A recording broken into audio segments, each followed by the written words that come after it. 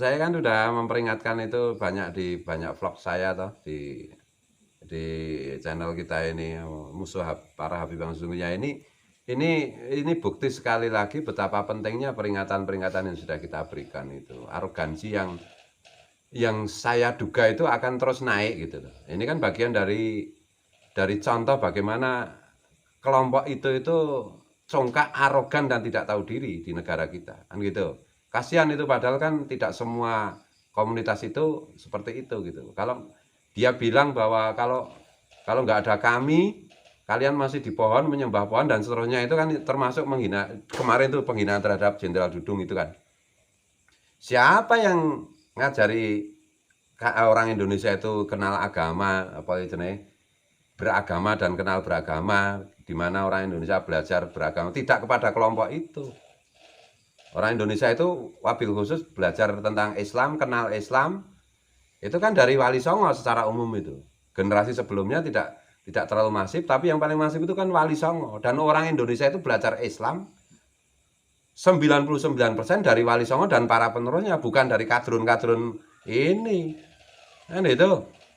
Yang sok, yang arogan seperti itu. Enggak. Kalau mereka misalnya itu ngaku, makanya kemarin itu ada guyon sama teman-teman itu. Ini kan Habib lama dan Habib baru kan gitu. Nah orang Indonesia itu belajar ya dari Habib lama, bukan dari Habib baru. Mereka datang ke sini tuh ngapain? Ini sih Indonesia sudah mayoritas sudah Islam kan baru satu abad aja belum tentu ada itu mereka kelompok baru ini masuk Indonesia. Indonesia sudah 90% sudah Islam. Indonesia sudah canggih berpikirnya, literatur agamanya sudah canggih. Gitu loh. Mereka baru masuk. Ya kalau mereka misalnya disebut ikut membantu dakwah Wali Songo mungkin iya, ada beberapa iya, tapi tidak semuanya. Nah yang terakhir-terakhir malah ngaco ini, merasa paling benar, merasa paling pintar, ya, merasa cuma dirinya aja yang membawa darah Rasulullah. Kan saya kan bikin statement juga, orang Indonesia itu terutama Jawa, Kalimantan, Sumatera, kemudian Maluku, itu 85% itu secara genetik bawa darahnya Rasulullah. Apakah dari garis laki-laki ataukah dari garis perempuan? Karena generasi awal yang datang ke sini dzurriyyat Rasulullah itu enggak macam-macam, mereka luar biasa tawaduknya, enggak ada larangan yang perempuan kawin sama laki-laki penduduk lokal dilarang, enggak ada. Sekarang kan mulai ada kayak gitu itu.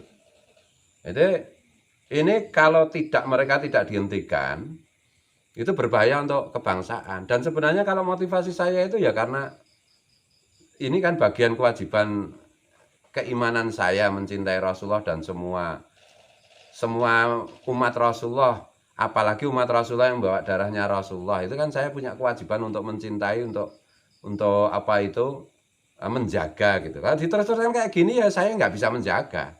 Nanti kalau orang-orang misalnya ya orang-orang NU marah, nggak mau melindungi mereka, ya mereka bisa terusir loh. Iya, lama ini kan banyak orang bersabar kan karena masih merasa nggak enak sama orang-orang NU kan gitu tuh. Nah, coba kalau misalnya orang NU mengatakan kami sudah nggak mau lagi bertanggung jawab mengenai hal seperti ini. Apa yang terjadi? Bisa terjadi kerusuhan loh. Jadi jangan macam-macam lah. Jangan apalagi sampai menghina itu. Makanya cari bapak itu ya kan ada tuh tweetnya kayak gitu. Ya toh? Supaya hidungnya mancung kayak gue. Mancung kayak Petro ya nipu kan gitu. Intinya itu gini, kalau nggak paham agama jangan ngomong agama dong. Kan gitu toh? Mau apapun kamu keturunan siapapun kalau kamu bodoh itu diam. Kalau kamu pinter kamu paham keturunannya siapapun ngomong. Nggak apa-apa. Nah ini pengetahuan agamanya amburadul ngomongnya ngaco aja. Nah, ini kan bisa merusak apa yang sudah peradaban yang sudah dibangun oleh generasi Wali Songo, dimulai dari Wali Songo udah baik-baik udah tertib, kenapa kalian ngaco? Kan itu toh. Jadi ini jangan salah paham loh, ini bentuk dari rasa cinta saya. Jangan salah paham. Tapi kalau saya ingatkan berdasarkan kecintaan saya terus dituduh macam-macam, ya terserah.